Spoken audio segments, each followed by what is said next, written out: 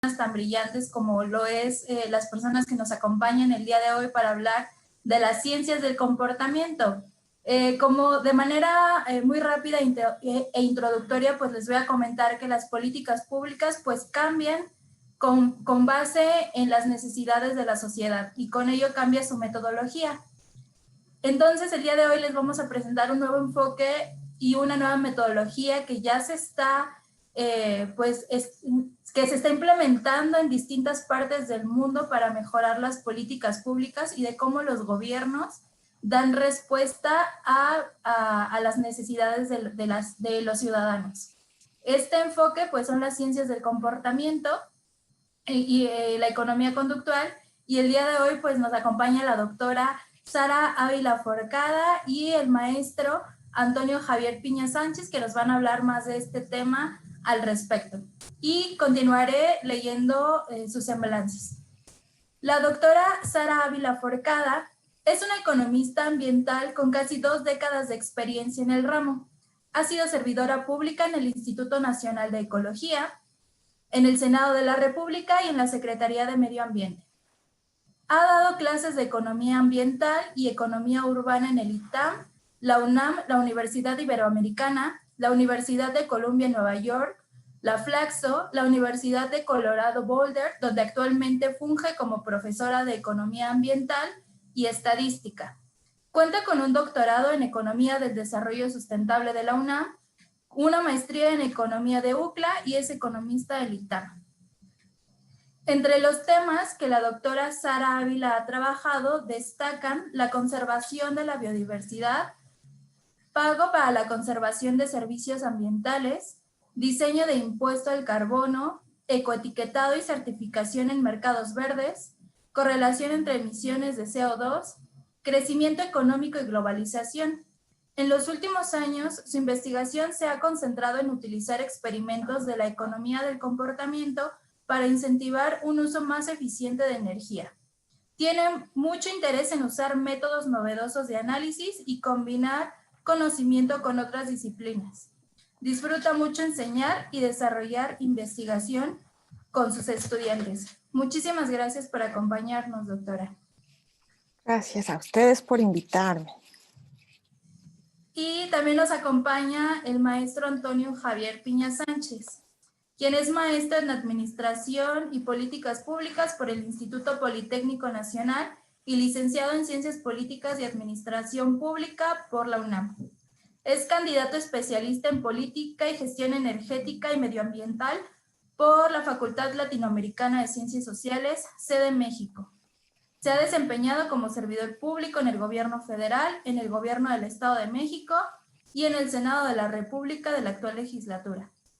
También ha trabajado en organizaciones privadas con relación estatal. Ha escrito diversos artículos de administración pública, políticas públicas y economía conductual organizacional en la UAM y en la UNAM. Finalmente, ha sido profesor de las asignaturas de trabajo en las organizaciones, comunicación organizacional, herramientas metodológicas de la investigación, liderazgo empresarial y calidad total en la UNE, y desarrollo organizacional, derecho, auditoría administrativa, desarrollo motivacional en la UIP. Muchísimas gracias por acompañarnos, maestro Antonio Javier Piña Sánchez.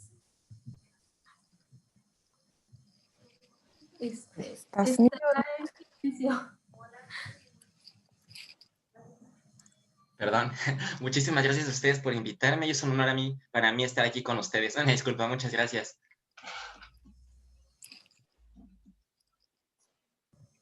Gracias a usted. Y bueno, para comenzar con este gran conversatorio, profesor Javier, si puede compartir su pantalla, por favor, para iniciar con la presentación.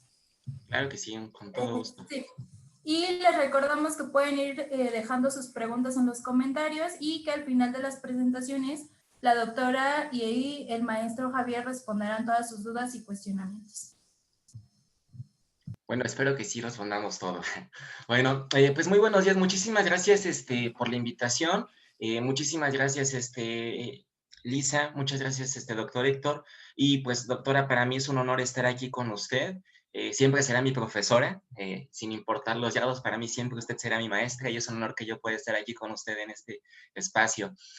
Bueno, el día de hoy pues tenemos un tema sumamente interesante que tiene que ver con, como decía la licenciada Elisa, ¿no? Tiene que ver con el tema de innovación en las políticas públicas.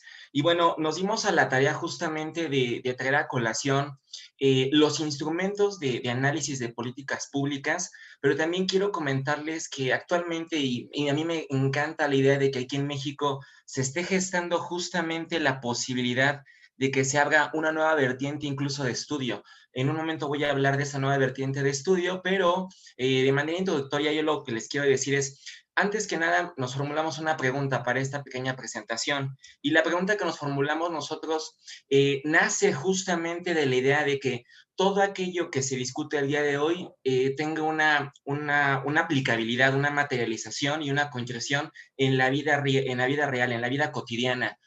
Por ello me atreví a tomar esta pequeña cita de Nicolás Maquiavelo, uno de los mejores pensadores de toda nuestra historia, y me encanta justamente la forma en la que él escribe, porque eh, para mí, tal cual, el tema del que vamos a charlar el día de hoy no tiene sus orígenes específicamente en 1969, sino que tienen incluso orígenes un poco antes. Había pensadores como en el caso de Maquiavelo, que en su libro maravilloso del Príncipe hay una parte pequeñita en la que él dice, porque hay una gran diferencia entre cómo se vive y cómo se debería de vivir. Y parece que ha sido la pugna de discusión durante muchas décadas entre N cantidad de teorías, de enfoques, de corrientes, de expertos que han tratado de vislumbrar mundos que, como Maquiavelo decía, yo no los he podido palpar, no los he podido ver. Si ustedes recordarán un poco, desde la época de Sócrates, de Platón, ya hablaban de una república ideal, de un gobierno perfecto, de la manera correcta en que los hombres nos tenemos que comportar.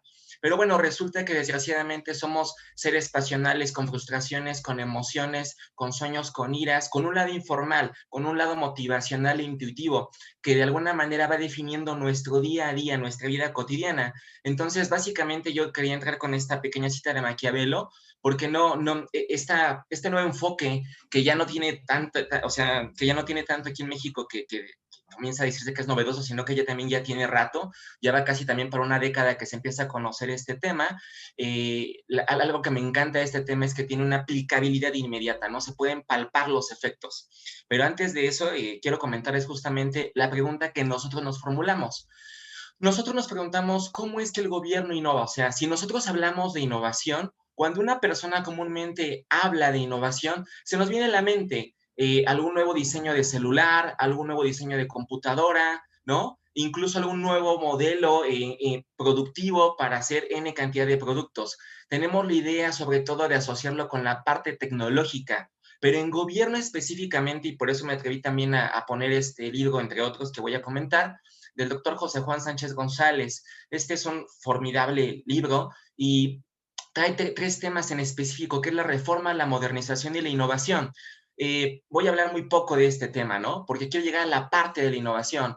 Por reforma, básicamente en este libro el autor, entre muchas de sus ideas, nos dice que tiene que ver con esos cambios estructurales que se hacen en las organizaciones, ¿no? En las unidades administrativas, que van orientados justamente a la parte de la eficacia y la eficiencia, que son dos de los pilares fundamentales de la administración.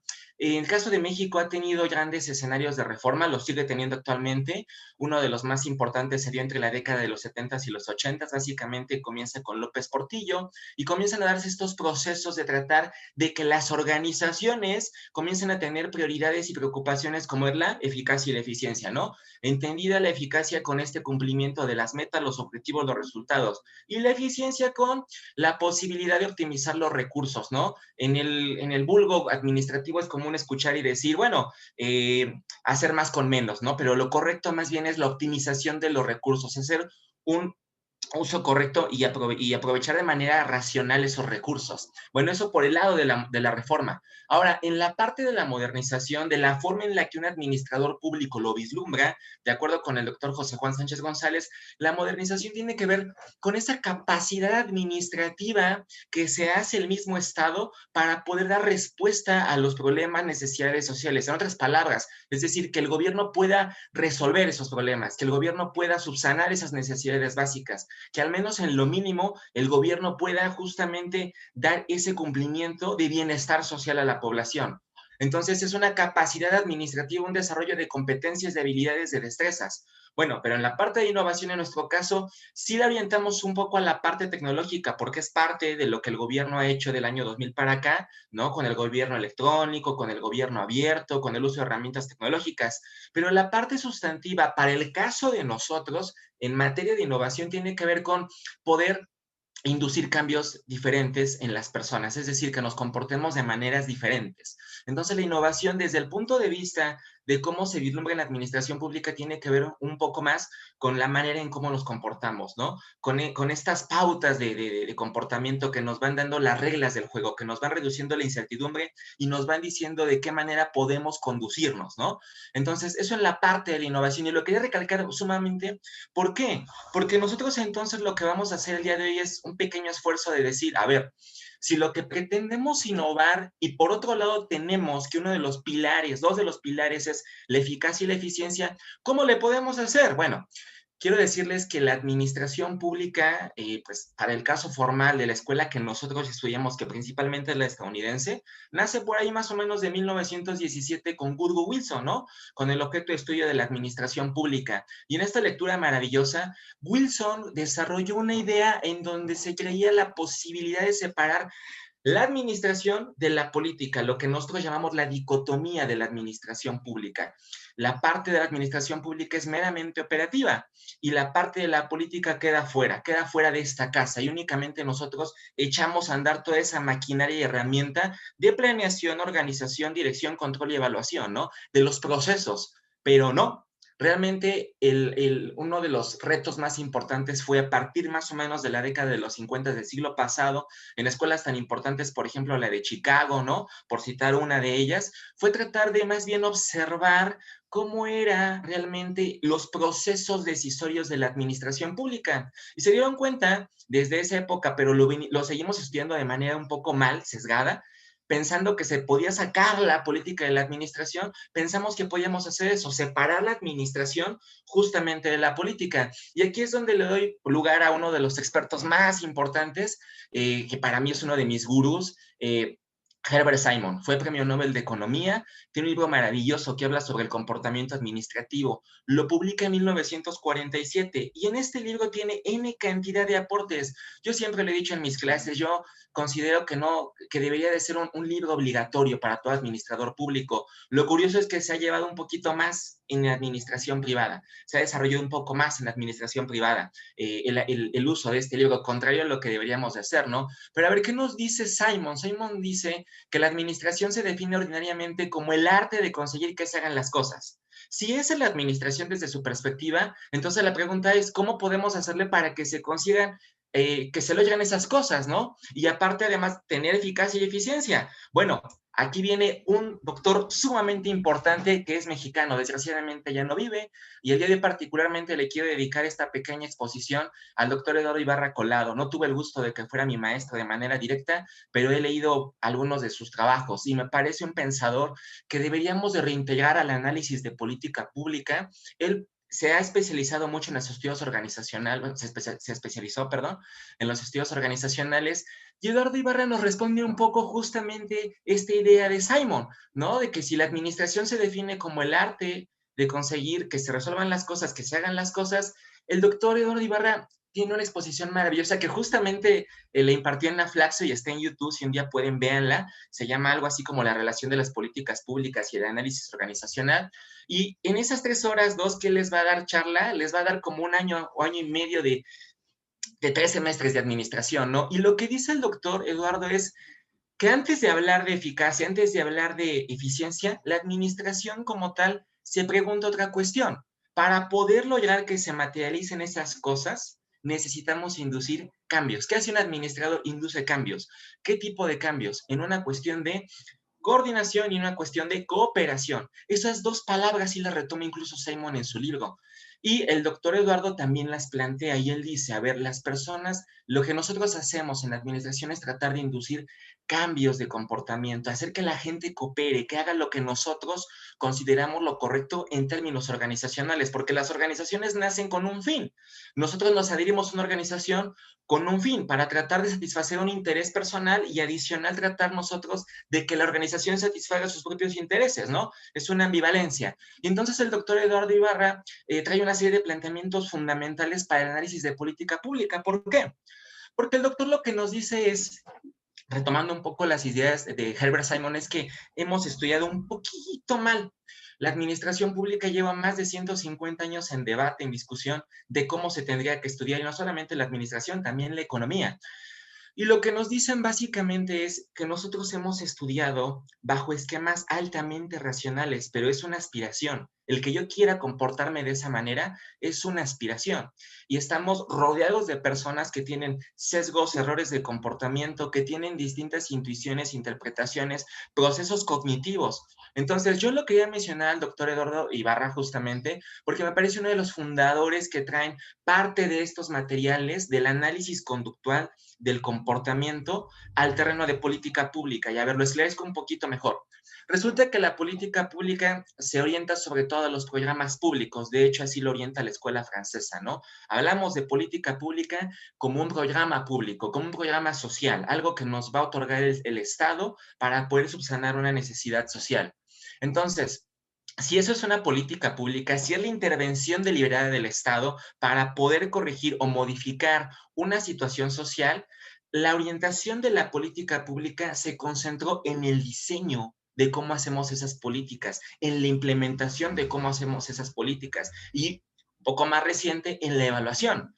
Gran parte del esfuerzo de los analistas de políticas públicas se ha orientado no solamente al diseño, la implementación y evaluación, sino también se ha orientado al presupuesto, justamente al control de gestión. Vamos, nos hemos ido al proceso, como si tratando de pensar que si estructuramos muy bien una política, damos por hecho que va a ocurrir de manera automática, y eso es falso.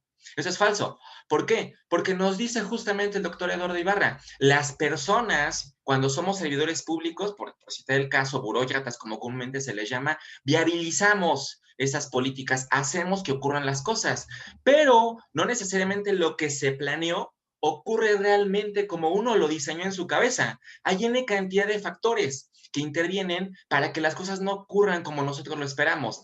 En la historia de México tenemos N cantidad de historia de políticas fallidas, donde nos damos cuenta nosotros, ¿verdad?, que algo ocurre. ¿Y qué ocurre? Ah, bueno, lo que ocurrió fue que les faltó agregar algo. La variable organizacional, la variable del comportamiento humano. Nos hizo falta meter ese otro ingrediente adicional, porque ¿quiénes hacen que ocurran las cosas? Nosotros. ¿Quiénes toman las decisiones? Nosotros. ¿Quiénes tienen los sesgos de errores? Nosotros. Y también ¿quiénes tienen los aciertos? Bueno, nosotros. Pero el comportamiento humano es muy volátil. Y además, de que el comportamiento humano es volátil, va siempre acompañado de otro elemento que discutiremos un poco el día de hoy, la incertidumbre. Y la incertidumbre es perenne. Entonces, recapitulemos. Yo inicié diciendo cómo es que innova el gobierno. Hablé de reforma, modernización e innovación. Yo les decía que la parte de la innovación, en uno de los sentidos, al menos de acuerdo al doctor José Juan Sánchez González, tiene que ver con lograr cambios de comportamiento en las personas. Para poder lograrlo, bueno, necesitamos incluir esa variable conductual, esa variable organizacional al terreno de política pública. Y es parte del aporte de esta discusión. La política pública no ocurre de manera automática. Las cosas en gobierno no ocurren de manera automática. Necesitamos nosotros negociar, llegar a acuerdos, incluso hacer conflicto para que ocurran las políticas públicas. Por eso la importancia de este doctor. El doctor Eduardo Ibarra se me hace uno de los pensadores más grandes que ha tenido México. Y justamente, si hablamos de que entonces hacía falta la variable conductual del comportamiento de la política pública, aquí es donde tenemos el vínculo con las ciencias del comportamiento. Las ciencias del comportamiento ya tienen años de que se han ido gestando y trabajando. Aquí al centro coloco a quien para mí es uno de los más importantes, a Herbert Simon. Hay muchos investigadores, yo no le hago justicia aquí a todos. Más adelante la doctora Sarita va a hablar de otro de los grandes investigadores que justamente acaba de publicar un libro, Cass Sunstein. Él sacó un libro con el Premio Nobel de Economía Richard Taylor, que ustedes lo pueden ver ahí. Pero los orígenes los podemos rastrear justamente desde Herbert Simon, porque Simon hace mucho muchos aportes a la administración privada y pública. Uno de sus grandes aportes es, bueno, a ver, si tenemos la variable del comportamiento humano, esa variable conlleva otro elemento que es uno de los grandes aportes del doctor Herbert Simon, que es la racionalidad. Se tradujo como limitada, pero poco más correcto sería acotada. ¿Qué es la racionalidad? Bueno, la racionalidad se supone que es un comportamiento preciso, calculado, ¿no? Que una persona debería de tener. ¿Tomamos decisiones los seres humanos? Sí, sí somos capaces de tomar decisiones, pero no necesariamente todas las decisiones que tomamos a lo largo del día, todas son racionales. De hecho, cuando ustedes van a la tienda y tienen que escoger entre unos Doritos y una manzana, yo me atrevería a decir que pocas personas hacen un cálculo en cuanto a calorías, en cuanto a vitaminas.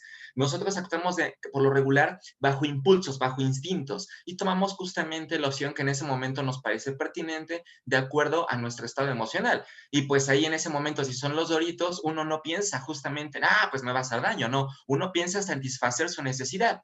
Simon ya hablaba un poco de este tipo de sesgos. El doctor Herbert Simon ya hablaba de cómo es que las personas tienen distintos escenarios de racionalidad. Yo puedo ser racional en este momento con ustedes, pero quizás con mi familia yo no lo sea, o quizás con mis amigos. Puedo ser racional en un acto, pero en otro no. Y ojo, lo que para algunos puede ser veneno, para otros puede ser medicina. Lo que para algunos es un bien, para otros es un mal. En términos de política pública, cuando yo decido favorecer a una determinada población, no me alcanzan los recursos y quizás sacrifique a otra. Y la que estoy sacrificando, pues no me va a ver con buenos ojos. Si decido generar una carga impositiva para N sector de la población, pensemos la clase media, no me va a ver con buenos ojos porque parte de mi ingreso me lo va a quitar para poder beneficiar a alguien más. Evidentemente, quien recibe el apoyo, por lo regular va a ver bien al gobierno. Entonces, a ver, para ir cerrando esta parte de los pioneros los encontramos desde Herbert Simon, ¿no? Hay muchos autores. Aquí tan solamente en esta pequeña lámina yo les hago mención de al menos 6 premios Nobel de Economía. Más allá del laurel, el aporte que ellos hacen es justamente que discuten cómo es que nos comportamos y cómo ellos comienzan a observar que se puede estudiar ese fenómeno conductual. Es decir, ¿cómo puedo yo hacer para tratar de establecer categorías de análisis que me permitan decir, bueno, si las personas no siempre son racionales, ¿cómo puedo hacer? Bueno, lo que se puede hacer es tratar de comenzar a comprender que la política pública es un escenario que va a tener un lado aspiracional racional, otro con racionalidad acotada y otro quizás altamente irracional. Y en la racionalidad limitada, ahorita voy a hablar de eso, lo que sí quiero hacer hincapié es que las personas siempre vamos a tener límites cognitivos, sesgos en nuestro comportamiento. Y justamente este es uno de los grandes aportes de Herbert Simon, porque se creía que la administración privada y pública, por el solo hecho de establecer división del trabajo, especialización, ¿no? Jerarquías, ya genera eficacia y eficiencia, y eso no es cierto. De hecho, la economía, a mí me encanta estudiar la economía, pero ustedes recordarán a Adam Smith. Adam Smith decía que la división del trabajo permitía el progreso de las naciones. Y recuerden lo que dice Douglas North, no todo trabajo, no toda cooperación es productiva, o sea, no todo trabajo me va a ser útil para la sociedad. Entonces, hay que cuidar mucho la parte de la cooperación, qué tipo de cooperación queremos tener. Si pensamos únicamente en que va a ser racional y perfecta, vamos a caer en el error de dejar de lado el lado humano, dejar de lado que nosotros tenemos la susceptibilidad de cometer errores. Aquí hay algunos entonces de los premios Nobel de Economía, ¿no? Hay muchos autores ya en economía conductual. México es muy joven en este tema, es muy joven. Aquí tienen, bueno, algunos de los principales exponentes. Yo les recomiendo revisarlos si les llega a interesar este tema. Dan Ariely a mí me encanta porque Dan Ariely específicamente se orienta al tema de la racionalidad. Y él, más que preguntarse cómo es que las personas son racionales, se cuestiona qué tan irracionales somos. Entonces, es parte de lo que yo les quiero comentar también el día de hoy.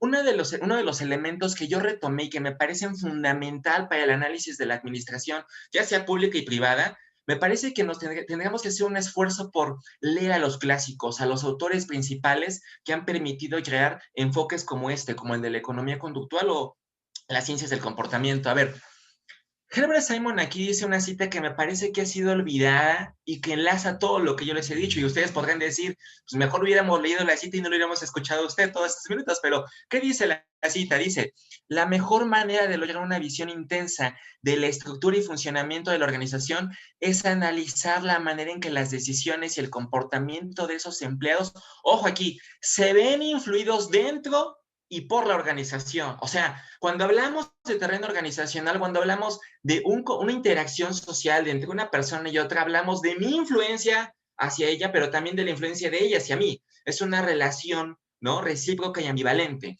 Entonces, aquí uno de los aportes es ese, o sea, Simon decía, no, no somos una máquina que procesa las cosas de manera automática, no, hay decisiones con errores, ¿no? Con distintos grados de racionalidad. Esta cita me parece que aporta mucho a la manera en cómo tenemos que estudiar la administración pública. Pero no solamente está esa bella cita. 2 años después de que Simon publica su libro, otro premio Nobel de Economía, que es Robert Merton, él nos permite traer al debate un concepto maravilloso, que es el de las disfuncionalidades. Y fíjense, lo que él hace en este libro, previo a este párrafo, él habla un poco del modelo burocrático, y el modelo burocrático desde una óptica de tipo ideal, pues es un modelo que se basa en la regla, en la precisión, en el cálculo, en criterios materiales, ¿no? Tiene esos componentes la burocracia, hay un orden impersonal, en fin, es un modelo muy bonito en el tipo ideal de acuerdo a Weber. Después de que él termina de dar ese esbozo, él comienza a decir en esta cita, en estos atrevidos esbozos se destacan los logros, por eso el tipo ideal de Weber, y las funciones positivas de la organización burocrática, o sea, los beneficios que trae la organización burocrática, el modelo burocrático. Pero él dice, fíjense, en tan pocas palabras dice, y se olvidan casi por completo los esfuerzos y las tensiones internas de esas estructuras. Es decir, al interior de las organizaciones tenemos N cantidad de conflictos, N cantidad de retos. Y uno de los aportes justamente es las disfuncionalidades, ¿no? En su libro, justamente donde él permite tener este premio Nobel, aporta eso, ¿no? Esta parte heterodoxa. O sea, ¿por qué yo le pongo aquí crítica heterodoxa a la administración? Porque ese modelo universal, general, altamente científico, tiene un lado humano. Ese lado humano tiene tensiones, tiene conflictos al interior de las organizaciones. Y justamente ahí viene esta crítica importante, la crítica al hombre económico, al homo económicos. Bueno, esta crítica es importante porque tratando de mantener un hilo conductor, yo comencé diciendo cómo está innovando el gobierno, comencé siendo la crítica a la política pública, que la política pública tiene que seguir abriéndose al análisis conductual de las personas, tenemos que incluir el cómo se comportan los ciudadanos para que nos pueden afectar una política pública, tenemos que incluir cómo las personas siendo servidores públicos al interior se ponen de acuerdo, negocian para poder tratar de llevar a cabo esa política pública, cómo se interpreta, porque quien diseña la política pública no necesariamente es quien la va a implementar y menos quien la va a evaluar. No tenemos esa correlación, esa integración. De hecho, podríamos decir que están separadas las áreas, ¿no? Y ese es un problema, porque recuerden lo que dice Wayne Parson, parece que estamos en tierra de todos y de nadie. Pero ¿por qué la crítica a este modelo? Porque así es como se estudió, así es como hemos estudiado gran parte de la administración, pensando que las personas somos altamente racionales y que nos comportamos de acuerdo a los estándares establecidos de trabajo, normativos, ¿no? De ética y profesión, y no es así.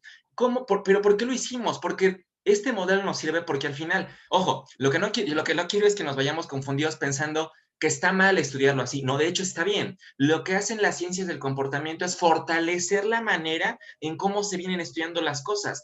No hay que dejar de lado el hombre económico, porque al final del día nos permite una pauta de comportamiento, una pauta aspiracional de cómo yo debo de ser, porque al final estamos en un terreno en donde el beneficio es para todos, ¿no? Estamos buscando un bienestar común, un bienestar social, un bien colectivo, un retorno justamente a ese bien común. Pero la manera en cómo lo hemos estudiado se puede definir claramente, al menos en este hombre económico. ¿Qué es un hombre económico? Bueno, es, de acuerdo a estos principios, básicamente alguien podría decir, el hombre económico se basa en el individualismo metodológico. ¿Por qué el individualismo metodológico? Porque es altamente racional, porque actúa siempre con base en aquello que le deja mucho mayor beneficio. Tiene esta parte egoísta, esta parte de cálculo-beneficio. Estos son algunos de sus elementos, ¿no? En economía nos enseñan el coste de oportunidad. Tomo una decisión, pero dejo de lado otra. No puedo hacer las dos cosas al mismo tiempo, ¿no? Hasta de acuerdo a las leyes de conservación de la materia.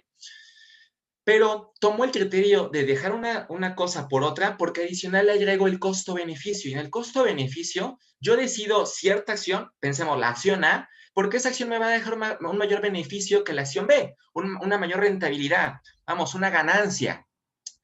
Y también nos dicen que las personas actuamos justamente con esta parte de utilidad. Yo no tomo decisiones si es que no encuentro justamente un beneficio esperado, si no lo puedo palpar. Pero la realidad es que no es así. Muchas de las decisiones que nosotros tomamos en un solo día incluso pueden ser contrarias a nuestros intereses. No obstante, así es como se ha venido estudiando. Llevamos más de 150 años estudiando desde la economía, desde la administración pública, cómo es que las personas tienen que comportarse, cómo lo hacen. Y entonces, bueno, aquí viene esta parte un poquito ya más interesante. Nos damos cuenta nosotros que, ¿qué somos? Somos seres humanos complejos, ¿no? Y llegamos a ser irracionales. Aquí por eso se me ocurrió traer esta parte de Homero Simpson que podríamos decir, contrario al hombre económico, quizás muchos seres humanos nos comportamos un poco más incluso como Homero Simpson. ¿Cuántos de nosotros no hemos dicho, no voy a poder con este nuevo trabajo? ¿Cuántos de nosotros no hemos debatido entre el bien y el mal? En que tomamos una decisión o la dejamos de lado. ¿Cuántos de nosotros no hemos caído en situaciones en donde tengo conflicto con mi pareja, pero no la dejo? ¿Cuántos de nosotros no entramos a una función de cine y nos damos cuenta que la película es mala, pero decimos, ya pagué el boleto, ahora hasta que se acabe? ¿Cuántos de nosotros hacemos acciones que podrían parecer irracionales? ¿Cuántos de nosotros no hemos tenido los criterios de procrastinación, como en esta imagen donde Homero está en el sillón? Debería empezar a correr. ¿Cuántos de nosotros no hemos comprado un libro el día de hoy y decimos, lo voy a leer ahora sí? Después de 3 meses, solamente lo leí por 1 o 2 semanas y se quedó en el olvido. Hacemos cosas por dejar de hacer otras que quizás son más importantes. Entonces nos damos cuenta que nuestros comportamientos son con una tendencia no solo a la racionalidad que se espera, sino también a la irracionalidad. Decisiones que pueden incluso perjudicarnos. ¿Cuántos de nosotros no hemos ido a una fiesta y decimos, hoy no voy a tomar? ¿No? Como la canción. Y resulta que después de una ya llevamos hasta 3, 4 y vamos perdiendo la cuenta. En fin, nos damos cuenta que nosotros estamos en un terreno que oscila entre lo racional y entre lo irracional. Y en medio de ello queda justamente la racionalidad acotada. Aquí doy un ejemplo, ¿no? Ya casi para ir cerrando esta pequeña intervención, en donde las personas nos encontramos todos los días con decisiones cotidianas, decisiones que aunque sean cotidianas nos pueden generar conflicto. Ahí tienen ustedes la referencia justamente del libro, es de Matteo Motellini. Él pertenece a una escuela europea, él obviamente leyó a Kahneman, se inspira en Kahneman para desarrollar su trabajo, y miren ustedes este ejercicio, ¿no? Nos habla justamente de 2 casos en época navideña, pero nos pone, fíjense, cómo podemos caer en un terreno de decisión conflictiva. Tenemos aquí 2 casos. En el primer caso, de acuerdo con él, tenemos la posibilidad de comprar un móvil, un teléfono, pero aquí de acuerdo a lo que dice esta pequeña lámina, dice, el móvil cuesta 60 euros, ¿no? Estamos comprando un teléfono móvil al que ya le hemos echado ojo. Pero mientras lo estamos adquiriendo, un amigo nos informa que en otra tienda, a 10 minutos de camino, el mismo móvil cuesta 50 euros. El autor se pregunta, ¿qué haces? ¿Vas enseguida a la otra tienda donde cuesta menos? Pero antes de responder nos pone otra situación, el mismo caso, solo que ahora quieres adquirir un nuevo televisor. El aparato está a la venta por 1,780 euros. El mismo amigo nos dice que en otra tienda, a 10 minutos, está el mismo televisor, pero ya no cuesta 1,780, sino 1,770 euros. ¿Qué hacemos en distintos casos? De acuerdo a la economía conductual lo que nos dice es que las personas, por lo regular, como no hacemos un cálculo, nosotros actuamos de manera impulsiva, incluso precipitada. Aquí lo que nosotros tenemos es, en el primer caso, no todos, pero quizás la mayoría, diría, híjole, son 60 aquí y 50 euros allá. ¿Qué hacemos? No, pues me voy para la otra tienda, solo camino 10 minutos y me voy a ahorrar 10 euros. Pero en el segundo caso, a pesar de que el dinero tiene el mismo valor, la manera en cómo nosotros lo representamos en la toma de decisión cambia. Porque en la otra tienda es así como decir, ay, son 1,780 aquí, pero solo por 10 dólares voy a caminar 10 minutos hasta allá, no, pues la termino pagando aquí. ¿Cuántos de nosotros no hemos hecho compras de ese tipo? Vamos al súper y decimos, voy a gastar solo 1,500. Y resulta que aparece la oferta del día. Y entonces ya no salimos gastando 1,500, sino 2,500 y quizás hasta pasamos la tarjeta de crédito. Caemos en esta posibilidad de cometer decisiones que no son como se aspiraban en el modelo económico, en el homo económico, ¿no? Sino que más bien son con sesgos de errores, con una parte valorativa, ¿no? Por eso el ejemplo, ¿no? En el primer caso, como para mí está más asociada a la cantidad entre una y otra, tiene incluso más cercanía, camino. Pero en el segundo caso, no, porque digo, ay, solamente son 10 dólares, que no lo represento de la misma manera que en el ejemplo anterior. Entonces, en los escenarios cotidianos tenemos, de acuerdo a Daniel Kahneman, que la gente con frecuencia toma decisiones que no le convienen. Todas las personas lo hemos cometido. Estamos con personas que pueden ser nocivas para nosotros, pero no las dejamos. Entramos a una carrera que quizás no nos gusta, pero tampoco la dejamos. Quizá porque no nos esforzamos o quizás porque no tenemos la madurez de comenzar otra que quizás sí nos gusta, aunque nos implica mayores retos, ¿no? Tenemos procrastinación, lo que ya habíamos comentado. La mayor parte de las personas terminan la semana o el mes preocupadas por cómo pagar las facturas. Eso lo dicen George Akerlof y Robert Shiller, premios Nobel de Economía. Claro, porque las personas tomamos decisiones incluso a veces al día. No somos tan racionales como se aspiraba. Consumimos productos que el mercado nos hace creer, perdón ahí por el error de cita, nos hace creer que necesitamos, cuando en realidad no los necesitamos. Estamos en un ambiente diferente, estamos en un ambiente distinto, en donde nuestro celular nos conoce mejor a nosotros que nosotros mismos, donde nos marcan tendencias, donde realmente consumimos cosas que no nos están haciendo bien, pero que nos hacen creer que sí. En fin, ya para ir cerrando esta parte, yo les quería decir que en términos gubernamentales, y aquí viene el aporte, viene la relevancia. Resulta que en el terreno gubernamental se está comenzando a gestar una nueva corriente. Más allá de pensar que podemos ser altamente racionales, partimos del hecho que somos personas con sesgos, con errores, y hablamos de la irracionalidad del gobierno. Es decir, el gobierno llega a ser irracional. Entonces la pregunta sería, si no puedo lograr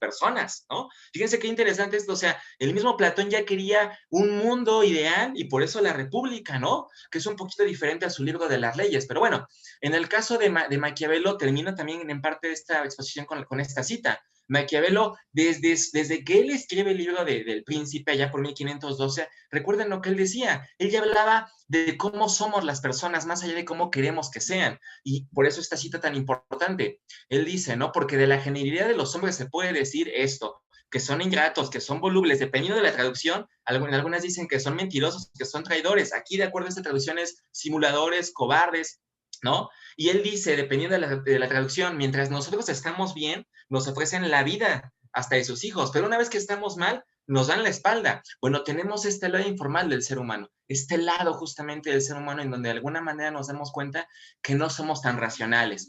Y tenemos aquí, solo por dar dos ideas, la parte del síndrome de Ubis. Esto se está comenzando a estudiar en el gobierno, ¿no? Cuando los gobernantes de alguna manera consideran que lo saben todo, que están aquí por una razón, que ellos siempre tienen la razón, que su papel es tan relevante que aun cuando no lo quieran reconocer y que le pueden estar haciendo daño a la sociedad, siguen pensando que ellos hacen lo correcto. Tenemos muchos líderes que le han hecho daño a la población, a sus comunidades, a sus países, a su historia, por creer que tienen ellos la posibilidad de saber cuál es el camino correcto. Bueno, ese es un comportamiento irracional.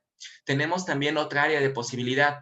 La inteligencia artificial va a comenzar a generar, a hacer ruido en la burocracia. La burocracia se tiene que actualizar, se tiene que reivindicar, porque de lo contrario la burocracia va a perecer. En el caso de la burocracia no hemos desarrollado competencias, es más, no las orientamos tanto a la parte tecnológica. México fue un caso en donde muchas de las actividades burocráticas se paralizaron por el solo hecho de que la burocracia presenta y mantiene resistencia al cambio, y tampoco hay un desarrollo de capacitación al interior del gobierno mexicano. Vamos, no nos preparamos para estos cambios, cosa que es un poco diferente con la administración privada. Y ya para cerrar entonces, aquí la pregunta sería, ¿cuán irracionales son los gobernantes o los gobiernos? Bueno, para cerrar entonces, tenemos distintos elementos nosotros más allá de la aspiración racional. Tenemos al interior de las organizaciones que son personas las que hacen la política pública, las que le permiten esta viabilidad, ¿no? Y tenemos entonces que las personas en su interior, por citar solamente algunos casos, tienen que negociar para que las cosas ocurran. Eso que dije al principio de Simon, tenemos que negociar con los servidores públicos, tenemos que ponernos de acuerdo para poder echar a andar esa maquinaria administrativa en todos los gobiernos que nos representan. representan. Tenemos que regatear. ¿En cuántas ocasiones, si yo en mi área de trabajo estoy a reventar de chamba, cuántas veces no tengo que regatear con mis jefes y decirles, necesito una persona más, 2 personas más? Ahí observamos un comportamiento irracional. ¿Por qué no tendríamos que regatear si fuéramos tan racionales y el diseño fuera tan perfecto? Tenemos otros elementos aquí, tenemos el free rider, por ejemplo, lo digo con mucha seriedad, ¿no? Pero dentro de la administración pública tenemos muchos gorrones, gente que hace como que trabaja y aplican la de, tú haces como que me pagas, yo hago como que trabajo. Tenemos ese tipo de disfuncionalidad, ese tipo de comportamientos irracionales. Tenemos conflicto, todo el tiempo estamos teniendo conflicto. Entonces, en lugar de pensar únicamente en la cooperación, la coordinación, la eficacia y la eficiencia, tendríamos que aprender a gestionar con el propio conflicto, estando presente en la organización, ¿no? Tenemos elementos desde el acoso. ¿Cuántos de los servidores públicos que sí se esfuerzan, que trabajan de manera competitiva, no sufren acoso porque son de confianza y les aplican de, pues allá afuera hay 2,5 millones de personas que buscan chamba? Entonces, tenemos N cantidad de elementos, tenemos grupos de interés, grupos de poder que hacen presión a la burocracia. Hay culturas organizacionales que son más fuertes que los directivos y que se imponen en la parte burocrática, ¿no? Sin importar el gobierno que llegue. Y bueno, para cerrar entonces tenemos que el aporte que estoy abriendo aquí a debate, a discusión, es que justamente la administración pública se está moviendo hacia un nuevo modelo. El doctor David Arellano está, si mal no recuerdo, por publicar un libro de irracionalidad. Y ese libro es algo que, pues, algunos de los que estudiamos estos temas lo esperamos con muchas ansias para ver cuán irracional es el gobierno, cómo podemos hacerle si somos altamente irracionales, si las personas aprendemos de diferente forma, tenemos distintos intereses, ¿no? Actuamos con lógicas diferentes, tenemos relaciones de poder diferentes, tenemos perfiles diferentes, vamos, no tenemos un gobierno homogéneo, tenemos un gobierno altamente heterogéneo. Entonces, aquí tenemos este cierre, que tenemos 3 principios básicos: la racionalidad, la irracionalidad y la racionalidad limitada, que es más bien con lo que la mayoría de nosotros nos conducimos, bajo este escenario de racionalidad acotada, ¿no? Tenemos información sesgada, procesos cognitivos diferentes, tenemos que no podemos ser altamente racionales, no podemos conocer los problemas en su totalidad. En fin, este sería parte del terreno por donde debería de irse la administración pública para comenzar a estudiar. Espero que haya sido de su interés. Gracias por su atención. Y bueno, dejo de compartir para permitirle continuar a la doctora Sara. Muchas gracias. Gracias, Javier. ¿Me lanzó Lisa o tú no vas a hacer algún? Sí, nada más, muchísimas gracias, maestro, por su excelente exposición. Las ciencias del comportamiento sin duda han contribuido enormemente para comprender el comportamiento de los seres humanos en sus diferentes niveles de organizaciones, en comunidad, en sociedad, en familia y en términos también individuales. Y esto sin duda ha abonado a la hechura de políticas públicas y a la innovación de las instituciones, tanto privadas como públicas, haciendo la redundancia. Y si puede continuar, doctora Sara, la escuchamos. Y muchas gracias. Gracias, Liz. Pues si han llegado hasta aquí, quizá ya se cansaron. Sería bueno estirar un poco en lo que yo voy a compartir mi presentación. Voy a compartir.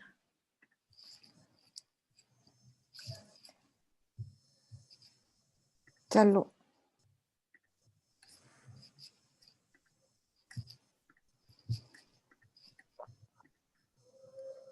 ¿La pueden ver?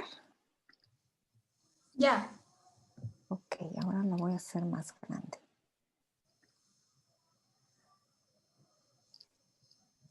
Ok, ¿la ven?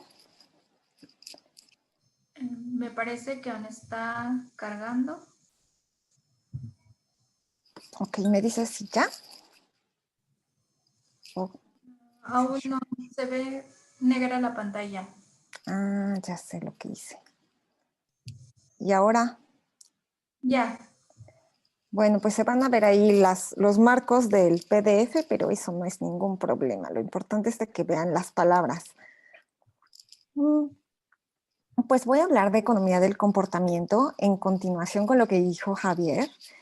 Y he de confesarles que hay unas palabritas que no sé muy bien cómo se traducen de manera oficial. Hay algunos autores que la traducen de una manera y otros de otra. Así es de que A veces le voy a meter un poquito del término anglosajón, pero yo creo que este es uno de las ramas de la economía que en América Latina podríamos apropiarnos de una manera muy contundente. La economía del comportamiento, para variar, nace en Estados Unidos. Déjenme, voy con la siguiente página. Ahí está. Y la verdad es que esta disciplina ha tenido un impacto muy fuerte que va más allá de la esfera académica. Y eso se debe principalmente a dos cosas. Bueno, a tres. Primero, los autores que la trabajan tienen una capacidad de comunicación asombrosa. Si ustedes se buscan este libro que se llama Un pequeño empujón, se lo leen en 2 días. Es súper ameno, súper aplicable, nada complicado y son muy, muy buenos en cómo comunican las ideas. Pero además tiene dos cosas fundamentales en términos teóricos. En primer lugar, cuestiona el centro de la economía neoclásica, que es el agente racional, y en segundo lugar, apela a la toma de decisiones y aplica los resultados de manera contundente. Y pues esto hace que las personas voltemos y digamos, suena interesante, suena aplicable, vamos a usarlo. En algunos países hay oficialmente oficinas de economía conductual. En Reino Unido es, creo que el más famoso, es muy, bueno, en los últimos años ya se ha convertido en un equipo interdisciplinario y creo que ya no está necesariamente como que en el centro de la administración pública. En Estados Unidos igual, ¿no? Desde que Obama salió, ya no hay una oficina como tal, pero pues sí, estos países han hecho un esfuerzo muy grande por aplicarla. En Holanda, Canadá, India y en América Latina, Brasil, y por supuesto Nueva Zelanda, ¿no? Que ha hecho un papel formidable, sobre todo en estos últimos días con el asunto del coronavirus. Han ocupado muchas herramientas de la economía conductual muy interesantes. Y probablemente lo que más apele, lo que si se les olvida todo, me gustaría que se acordaran, es de esta palabra, los notches, que es como un empujoncito. Así lo traduzco yo, así lo tradujeron estos autores.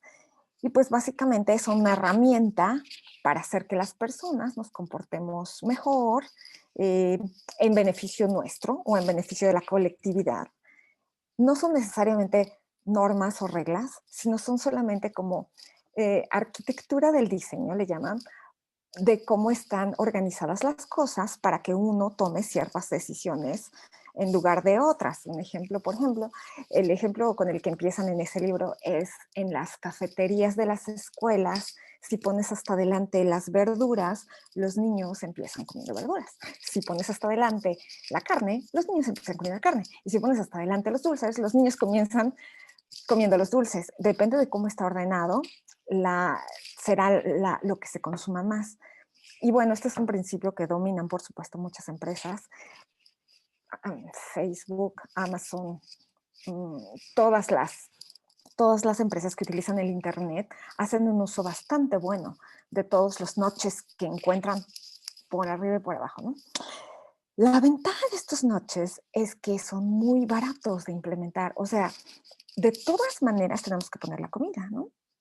No importa qué, así es que ya sea que la pongas en un orden o en el otro, digamos, no hay un costo adicional de hacer este empujoncito para lograr lo que tú quieras. Y esa es una ventaja muy importante. Eh, otro aspecto que antes de ir a mi aportación es lo que comentó Javier, en qué se basa esto de los notches. Hay dos familias de operaciones cognitivas, según Kahneman, que originalmente es psicólogo. Hay un sistema rápido y un sistema lento. El pensamiento rápido, el sistema 1, es rápido, automático, emocional. ¡Chin! ¡Ahí viene un ladrón! ¡Me escondo! ¡Ay! Y de inmediato reaccionas sin pensarlo demasiado. Utilizas la heurística.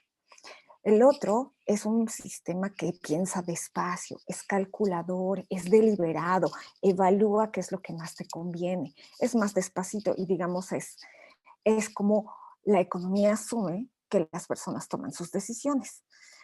Y en realidad, pues los seres humanos utilizamos los dos. A veces tomamos decisiones despacio, con cálculos, vas a comprar un auto, vas a comprar una casa, haces todos los análisis, estudias muy bien, ves cuánto dinero tienes, ves qué va a pasar, todo, ¿no? Lo estudias muy bien.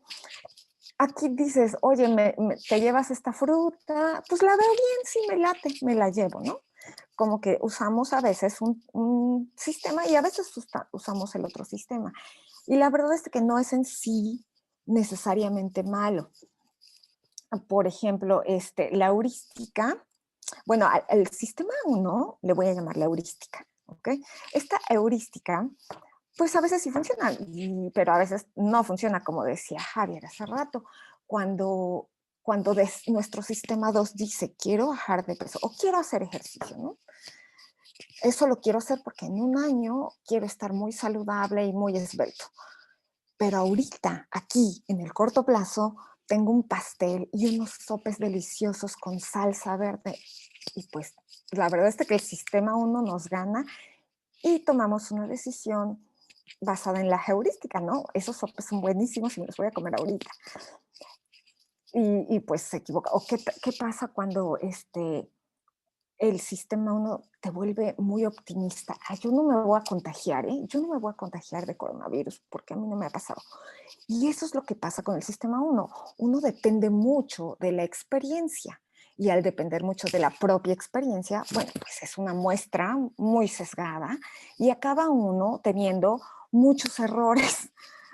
Yo sí voy a llegar temprano, aunque el trafical está tremendo, porque yo sí llego temprano, ¿no? Yo no me contagio. Eh, y son errores que uno comete, ¿no? Y precisamente lo que hacen los noches es ayudarte a que cometas el menor número de este tipo de errores que a la larga son costosas para ti. Bueno, pues yo vengo aquí a compartir con ustedes 5 ideas muy modestas que pienso que nos aplican a ustedes y a mí como habitantes o como personas de América Latina. Javier decía, miren, estos señores inventaron esto y inventaron aquello. Yo pienso que nosotros debimos haber inventado estas noches de economía conductual, porque, fíjense, por 5 razones que vamos a tratar de que se acuerden de ellas. La primera, tenemos presupuestos muy limitados. No que en otros lados no haya también presupuestos muy limitados, ¿verdad? Estoy de acuerdo que África tiene también presupuestos muy limitados. Países asiáticos tienen presupuestos muy limitados. Europa del Este tiene presupuestos muy limitados. Pero bueno, nosotros también en las administraciones públicas tenemos presupuestos muy limitados. 2, tenemos una desconfianza en la autoridad impresionante. O sea, por supuesto, de hecho, pensamos que es un imbécil el que sí le está creyendo al político que le está diciendo algo. Ay, cariño. 3, tenemos un montón de noches ya impuestos que van en la dirección equivocada. 4, en algunos casos somos más heurísticos que otras culturas. Y ahí voy a tomarme un montón de tiempo. Y 5, si tenemos un lugar donde debemos ser súper eficientes, es en nuestras ciudades en Latinoamérica, porque son los lugares de todo el planeta donde hay la mayor tasa de crecimiento. Entonces ahí está o la esperanza o el desastre total. Bueno, presupuesto limitado. Las noches tienen un diseño inteligente que suele ser muy barato para incidir en el comportamiento. Si es muy barato, entonces los tomadores de decisiones con bajos presupuestos debemos usar esta herramienta. San se acabó. La verdad es que ahí no hay mayor argumento que ese, ¿no? La segunda característica. Este autor dice, los latinoamericanos no confiamos en nuestras instituciones públicas, no confiamos en nuestros congresos, no confiamos en nuestros políticos o nuestra policía. No, qué miedo, ahí viene la policía, o en los medios de comunicación. Y mucho se ha estudiado por qué nosotros somos así, por qué nos comportamos de este modo. Y bueno, hay razones de peso. Es una historia de colonialismo donde hay abusos. Y Coatsworth es un autor muy famoso que en un paper del 2008 dice, es que al haber este colonialismo hay un legado de opresión de instituciones muy débiles que se va exacerbando. Y luego Moore dice, ¿sabes qué? Después, las élites que llegan tienen todos los incentivos de exacerbar esa inequidad y de invertir menos en los bienes públicos. Y se va haciendo un círculo vicioso. No es nada que yo tenga que contarles. Ustedes saben perfectamente bien que sí, en efecto, nuestros pueblos latinoamericanos no confiamos en nuestras instituciones públicas, porque bueno, nos han quedado mal muchas veces. Y en este caso, en las noches, te dan una oportunidad de una sugerencia. No es una, estoy pensando en inglés, perdón, no es un ban, no es una prohibición, no es tampoco una norma, que si no la haces te van a poner una multa, sino que simplemente te dicen, bueno, aquí hay una flecha, te puedes seguir por la flecha y bueno, todos funcionamos mejor. Entonces, estos tipos de herramientas le quitan a la autoridad la responsabilidad un poco y te permiten a ti decidir si quieres o no. Entonces ayudan mucho cuando hay este tipo de desconfianza en el ambiente. Este es otra característica de nuestros pueblos latinoamericanos que viene desde Octavio Paz. Y probablemente haya muchas críticas. No puedes decir que en una cultura, por tener esa cultura, se van a portar de una manera. Voy de acuerdo. Pero indiscutiblemente que la idiosincrasia latina es muy distinta de la idiosincrasia anglosajona. Simplemente la idiosincrasia anglosajona, donde nace la economía del comportamiento, les voy a leer nada más la Declaración de Independencia, ¿no? Escrita por hombres blancos, por hombres protestantes que dejan Inglaterra buscando libertad y da lugar a americanos individualistas, independientes, ¿no? Dice, los Estados Unidos, a ver, creo que lo traduje aquí. Déjenme ver porque si no lo voy a tener que traducir. Ok. Los Estados Unidos, todos los hombres son creados iguales, con bienes, no, con derechos inalienables, entre los cuales está la vida, la libertad y la búsqueda de la felicidad, ¿no? Y entonces, este paradigma hace que Estados Unidos es un país que se concibe con gente individualista, independiente, competitiva, autosuficiente, orientada al desempeño, orientada a la eficiencia, ¿no? Esas características no son las que te vienen a la mente de inmediato cuando piensas en un mexicano, en un colombiano, en un peruano, ¿no? Quizá lo que nosotros somos cálidos, nosotros somos creativos, nosotros somos abusados, ¿cómo no? Nosotros somos listos, pero no somos individualistas. Y no buscamos necesariamente la eficiencia, ¿no? Y no somos precisamente competitivos. Y yo creo que eso influye mucho en cómo reaccionamos a esta heurística. Por ejemplo, está probado que nosotros tenemos rituales, nosotros tenemos sistemas. Cuando la selección mexicana está a punto de anotar un penal, bueno, yo sé que la mayor parte de los mexicanos viendo la televisión está orando, está rezando, está en esas cosas, ¿no? Y no me digan que no. O qué tal que tengo una amiga muy querida que jamás pone su bolso en el piso porque es de mala suerte. O si no te has casado, no quieres que te barran los pies, ¿no? Tenemos rituales, tenemos sistemas y está probado. Ahí en el 2012 Long decía, ¿cómo es posible que los latinos no compren seguro médico si ya tienen acceso a él? Pueden pagarlo. ¿Qué pasa? Bueno, aparentemente los latinos, bueno, tienen todavía esta idea, tenemos esta idea arraigada del destino. Ya me tocaba, ya está de Dios. Es una manera distinta de ver la vida y de evaluar, y esta manera de ver la vida tiene consecuencias en tus decisiones económicas, ¿no? Y otra evidencia de esta diferencia de culturas es la paradoja de Easterlin. Cuando se mide la felicidad en todos los países, resulta que en México, en Colombia, en Ecuador, en Perú, nuestro nivel de felicidad es muy alto. Y es un nivel de felicidad muy alto a pesar de que no tenemos el mismo ingreso que en otros países, el nivel de seguridad social que en otros países, el nivel de educación que otros países, etcétera, etcétera, ¿no? Y otro aspecto muy, muy importante es qué tanta influencia tiene el factor familia y amigos en nuestra felicidad, en nuestro comportamiento de igual manera. También hay muchos estudios que tratan de explicar que lo que pasa es que nosotros tenemos cierta gratificación de las relaciones de familia y de amigos que no necesariamente se repiten en otro lado. Esto quiere decir que a la hora de que aplicas tu notch, puede resultar más poderoso que en otras latitudes. Hay un notch que nos da ese ejemplo.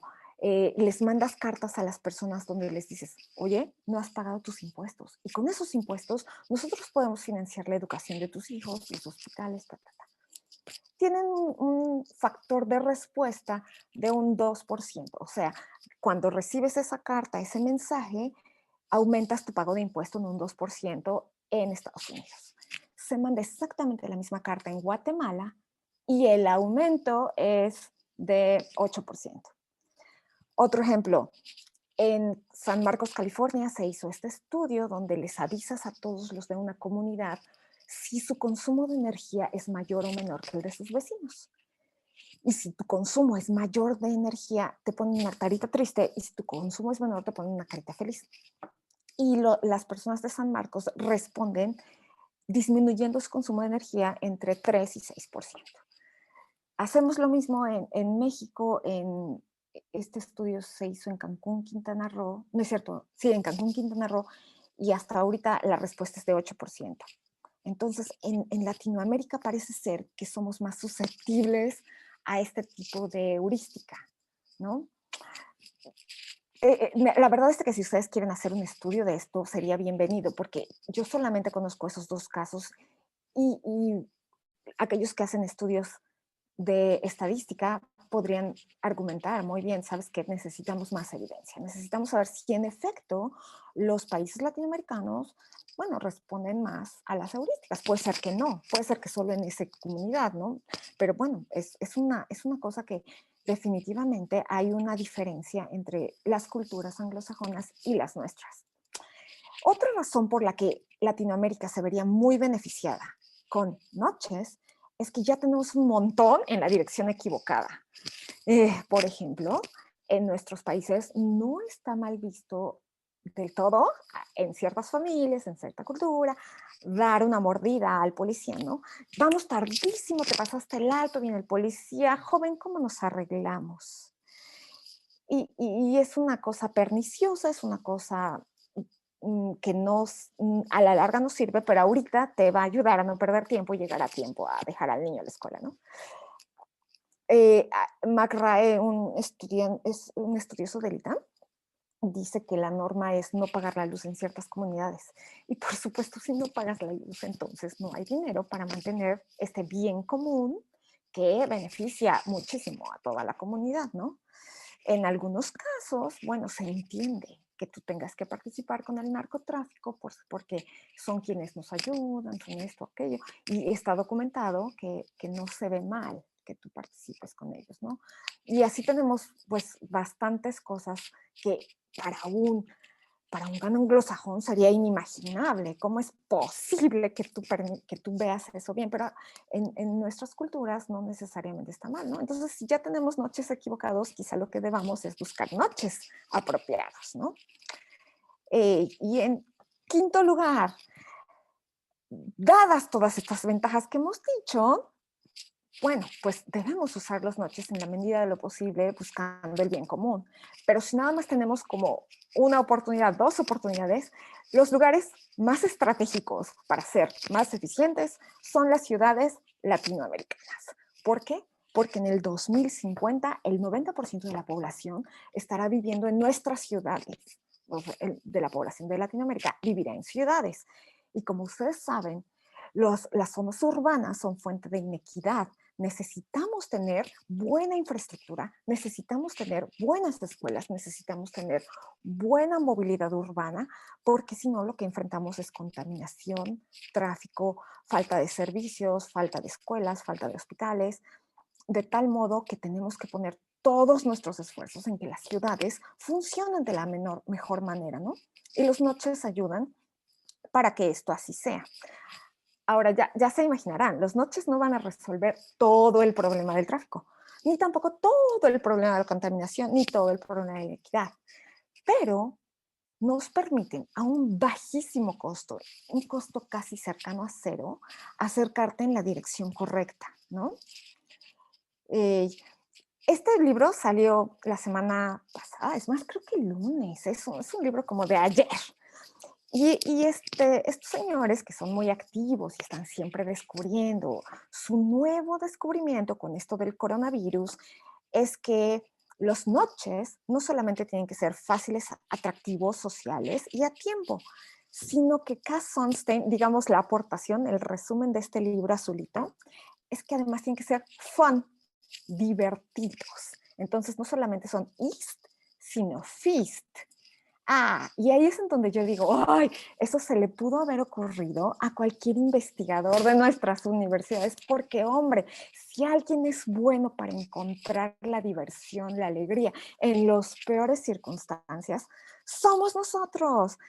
Y bueno, pues sí, resulta que tenemos que además, si además el notch es divertido, funciona mejor. Y él pone de ejemplo a la presidenta de Nueva Zelanda cuando hizo un comunicado oficial diciendo que el conejito del Eastern Bunny, ¿saben? El conejito de la Pascua, tenía que salir a trabajar, no importa qué, y aunque hubiera coronavirus, ¿no?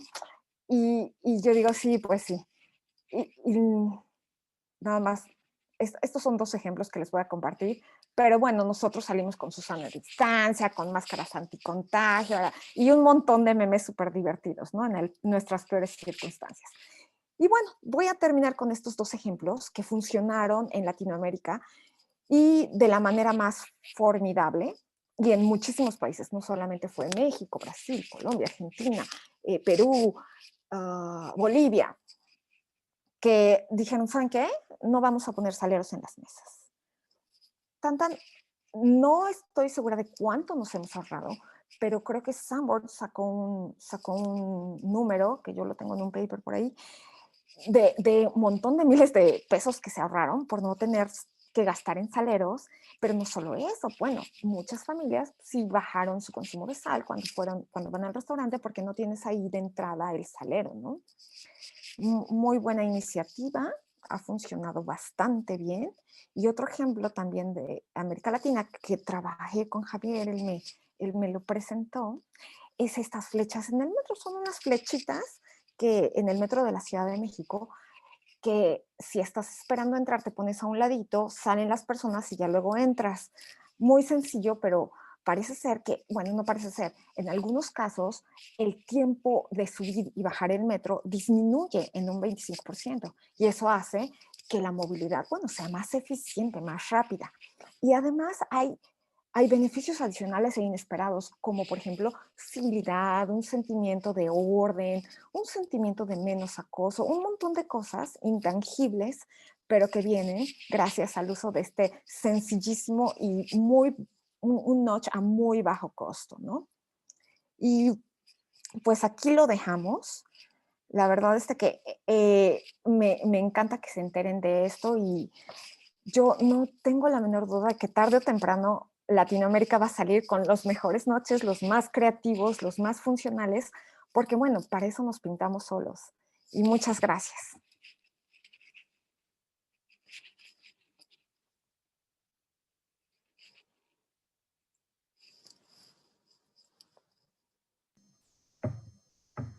Muchísimas gracias, doctora, por su excelente presentación. Y ahora pasaremos a una ronda de preguntas y respuestas. No vienen indicadas a quién van dirigidas, así que me gustaría que puedan, vamos a hacer dos o tres rondas de 3 preguntas. Y me gustaría que cada uno pudiera darnos igual una conclusión o de respuesta en 5 minutos con base en las preguntas que vamos a ir realizando. Y las primeras preguntas son, cómo generar cambios de comportamientos a grandes escalas en las instituciones públicas, cómo comenzamos a generar un notch y cuál es, bueno, en esta primera ronda, cuál es la mejor manera de manejar o evitar los sesgos cognitivos para tomar las mejores decisiones. Esas serían nuestras primeras 3 preguntas. Y también aprovecho para mandar saludos a todos los que nos están viendo desde Chiapas, a Yara también Yara Montserrat, también a Fernando Fernández Leo desde Argentina y también a Claudia Yepes de Bogotá, Colombia. Y no sé quién quiera comenzar para responder esas primeras 3 preguntas. La doctora, yo, por favor, doctora. Sí. Gracias, doctora.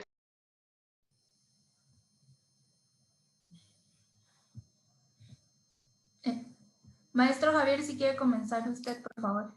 Sí, ok, está bien. Bueno, a ver, la primera es cómo poder generar cambios.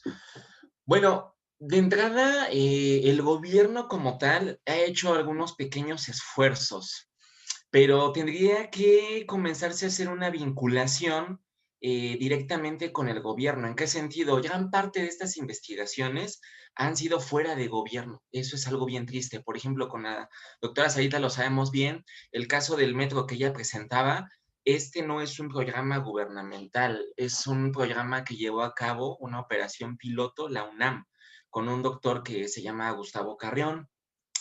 Y eso por citar un caso. Más bien el gobierno tendría que comenzar a mirar hacia afuera, hacia este tipo de laboratorios de políticas públicas. Uno de ellos, pues, es el Instituto Mexicano del Comportamiento, ¿no? Por citar uno de los casos. Otro puede ser el Laboratorio Nacional de Políticas Públicas. Desgraciadamente tenemos esta fragmentación entre la investigación con el gobierno, pero es necesario. Es necesario. ¿Cómo podría hacerle el gobierno? Lo va a hacer, lo va a tener que hacer, porque ya lo decía muy bien la doctora Sarita. Google, Facebook, Instagram, por hablar de redes sociales, hablar de un buscador, nos conocen muy bien porque de alguna manera observan cómo es que nos comportamos. El gobierno lo que podría comenzar a hacer es, cuando haga este análisis de identificación de necesidades de la sociedad, comenzar a ver qué tipo de intervenciones puede llegar a hacer para poder maximizar. Tiene que tomarlo porque realmente es muy económico. Esta medida que, por ejemplo, hizo el IMSS de Muévete, ¿no? Vive sanamente, no tuvo la cualidad de meter a la variable humana y por eso las personas pues no hacían mucho caso. Hubiera sido muy diferente, y alguna vez lo platiqué con la doctora, de si hubieran puesto cuántos beneficios hay, cuántas calorías bajas si subes una escalera normal, ¿no? Por citar un caso, ¿no? Entonces, tenemos que hacer ese esfuerzo, porque solamente la academia lo está haciendo. Segundo, en la parte del notch, ¿cómo podemos elaborar un propio notch? Bueno, quiero decirles que todos lo hemos hecho, todos sin excepción. Cuando una ama de casa, le dice a los niños, ahí vas a colocar la basura orgánica, aquí la no orgánica, de alguna manera ya está comenzando a establecer un notch. Cuando uno se facilita incluso y lo digo con cosas muy, muy, muy triviales, ¿no? Desde cómo acomodamos la ropa en el tendedero, de cómo la acomodamos en el ropero, incluso, por citar un caso, yo tengo un profesor que lo que él hacía es que se dejaba notitas en la puerta. Antes de salir de la casa dejaba notitas y ahí se anotaba lo que él tenía que llevar, ¿no? Algún libro, algún material, alguna medicina, lo anotaba en la puerta. Ese es un notch. Todos lo podemos hacer, ¿no? Algunos de los primeros notch que existieron fueron los caminos. Ahora sí que se hace camino al andar. En los pueblos me llamó la atención cómo hay estos caminitos que se hacen de manera continua y nadie los definió. Una característica también importante del notch, como ya le dijo la doctora, es que no debe de llevar el acompañamiento de regla, porque cuando ya viene la parte de la regla, se acaba el notch, porque ya nos están de alguna manera obligando, coaccionando. Hay una sanción si no lo haces. Todos lo hemos hecho, en otras palabras. Los post-its son un ejemplo muy bueno de cuando nos ponemos notch.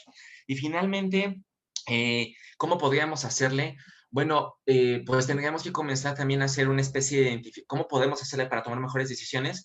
De entrada tenemos que hacer un análisis propio, pero eso implica mucha madurez en el sentido de poder decir, bueno, a ver, si yo tengo un alto sentido de procrastinación, debo de comenzar a establecer un orden. Hay un libro muy bonito que se llama Escasez, de Milanaitan y Shafir, y ellos dicen que a los que somos profesores o lo hemos sido, cuando dejamos una tarea, los alumnos más comprometidos son los que se establecen fechas de límite de tiempo, porque de esa manera funciona mucho el que tú realmente te comprometas. Cuando tú vas postergando las acciones, pues no lo haces. Y eso lo hacemos con muchas acciones humanas, desde el aguinaldo, no ha llegado y ya no lo gastamos, ¿no? Este fin de semana de alguna manera yo lo podría comenzar a organizar estableciendo tiempos fijos y permanentes, pero para poder modificar estos sesgos conductuales también se necesita información.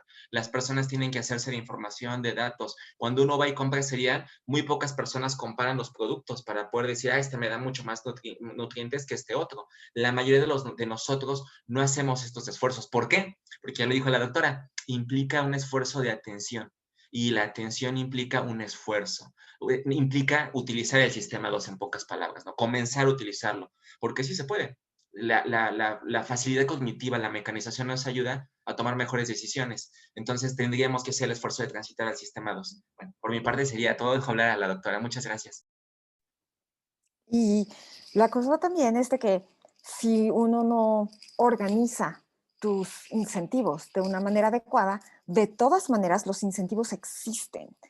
Sea que mueva uno un dedo, sea que no mueva uno un dedo, las instituciones públicas, las escuelas, los hospitales, tu familia, tú mismo, tienes incentivos ya puestos de alguna manera. Entonces, si tú vas a querer hacer ejercicio y no cambias absolutamente nada, no lo vas a poder lograr, a menos que digas, ¿a qué hora lo vas a hacer? La única hora que tengo es a las 5 de la mañana.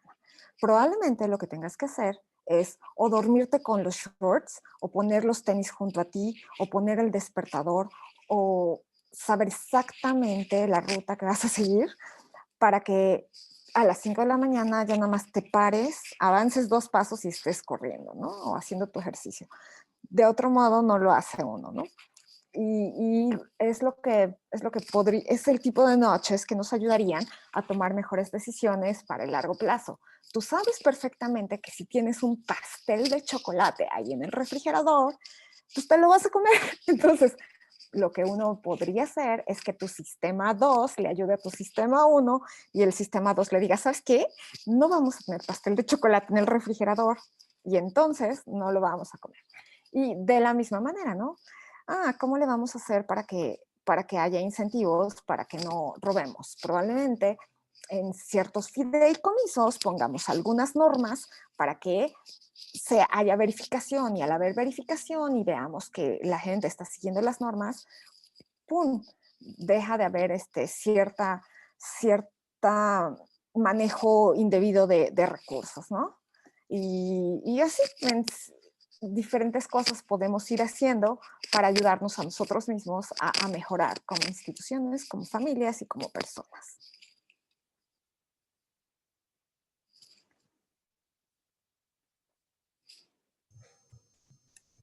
Muchísimas gracias, maestro y doctora, por sus respuestas.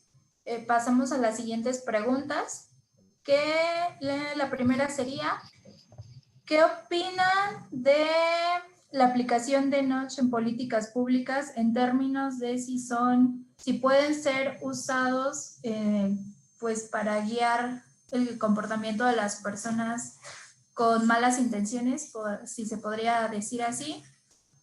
Y en especial en esta coyuntura de enfrentamiento a la pandemia, ¿cuáles son las principales innovaciones que se han hecho a través de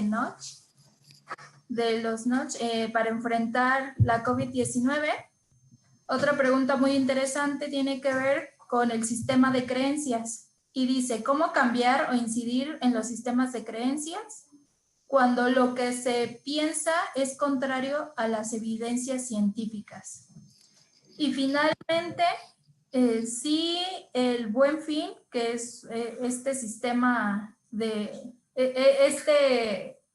esta práctica o esta tradición en México llamada Buen Fin, puede ser un ejemplo de economía conductual. Y si es así, si nos lo pueden explicar. Muchísimas gracias. Doctora, por favor, adelante. Ok. Respecto a la pregunta de qué opinan si pueden ser usadas por las personas con malas intenciones para cambiar sus intenciones y que sean buenas intenciones, probablemente hasta cierto punto. El notch es un empujoncito, bueno, así lo traducen Thaler y Sunstein. Y no estoy, bueno, no ellos, ¿verdad? Ellos ni siquiera yo creo que saben el término en español, pero un autor lo tradujo así. Y el chiste es de que si es una cosita pequeña. De hecho, un notch es exitoso si llegas al 2%, al 3%, estás brincando de gusto si cambias un 6% el comportamiento de alguien o de un grupo. En realidad es muy difícil hacer un cambio total. Es muy dramático por eso el cambio en el metro de México, el ver cómo la gente antes nos empujábamos todos y ahora nos formamos, es un cambio muy radical, porque en realidad los noches tienen efectos pequeñitos que, bueno, sumando son miles, millones y son minutos y dinero ahorrado, ¿no? Entonces no sé hasta qué punto podamos convencer a alguien de que no haga algo tremendo, ¿no? Y fíjense que este libro que acaba de salir la semana pasada tiene, creo que son 5 cosas que los noches ayudan para el COVID. Y son cosas muy, ahora sí que igual ya a mi abuelito se le hubieran ocurrido, pero muy, muy bien. Una, tienes que decir cosas de manera clara. Si vas a usar máscaras, se usa máscara. Punto. No, no, pero no, se usa máscara porque es bueno. La máscara es buena.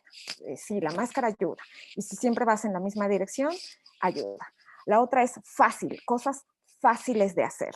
Como por ejemplo, usar una máscara. Probablemente no puedas hacer un estudio todo ecodérmico de cómo está tu casa y la termodinámica, pero pues ponerte la máscara y lavarte las manos. Entonces es claro, fácil, y dentro de lo fácil implica que haya letreros donde viene al caso. Por ejemplo, vas entrando a la tienda y te recuerdan, tenemos que estar a 2 metros de distancia. Por ejemplo, dices, hay una flechita hacia dónde está el baño para que te laves las manos. O el gel antibacterial está muy a la mano. Es fácil y es claro. Fácil, claro. Bueno, son las primeras letras de lo que habíamos dicho, ¿no? Lo de la East es easy y claro, es timely, o sea, en el momento adecuado. Si ya entraste a la tienda sin tu cubrebocas, es como too late. Tiene que ser antes o tiene que ser justo cuando tú vas a decidir si te lo traes o no de la casa. Tiene que ser en ese momento. Y la otra que es muy interesante, porque son 4, es claro, fácil, a tiempo, y la otra es social. Y eso quiere decir que tú copias el comportamiento de los otros. Si llegas a un lugar y ves que todos traen máscara, si te sientes mal de no traer máscara. Tan mal que incluso te puedes ir. Por el otro lado, si todo el mundo anda sin máscara y tú eres el único, también se siente muy raro ser el único, ¿no? Somos gentes sociales y copiamos el comportamiento de los demás. Si ves que los demás están en fiestas y práctica, te entra como que qué raro, porque yo no. Entonces es que sea social también. Y por último, lo del fun, que sea divertido. En tanto que sea divertido, funciona mejor. Son las 5 cosas del COVID que aprendemos en esta, de los noches. Y creo que ya, ¿cómo incidir en el sistema de creencias? Y la verdad es que, híjole, tengo una de experiencias con eso del sistema de creencias, que la heurística, que depende de tu experiencia, juras y perjuras, ¿no? Que así es. Es que, oye, todos los... Tengo una vecinita muy linda que, ahí viene un afroamericano, seguro nos va a robar, ¿no? Ella tiene la experiencia de que así pasó y la prejuicio y todo, y sí cuesta mucho trabajo hacerle notar que, bueno, las estadísticas indican que la gran parte de los afroamericanos son personas decentes, buenas y nobles, ¿no? Cuesta mucho trabajo convencerlos porque sí tenemos este asunto muy, muy enraizado. Sin embargo, si empezamos a decir las cosas como son y ayuda más que la sociedad. Somos entes sociales. Si ves que los demás dicen, claro, mira, es mi amigo, ay, entonces vas copiando el comportamiento. Si además el mensaje es claro y el mensaje es fácil y el mensaje es a tiempo, entonces, bueno, es más fácil incidir en el sistema de creencias, pero sí es muy difícil y muchas veces es muy desesperante saber que las personas están empecinadas, ¿no?, en el sistema de creencias. Incluso hay una rama de la política pública que está estudiando cómo es posible que ciertas personas estén votando por ciertos líderes populistas que dicen un montón de mentiras, ¿no? ¿Cómo es posible? Y es todo un enigma para muchos estudiosos. ¿Cómo es posible? Si todo el mundo sabemos que eso no es cierto. Y pues sí, vamos, al menos de parte de los noches, lo que dicen, trata de hacerlo fácil, trata de hacerlo accesible, simple, a tiempo y divertido.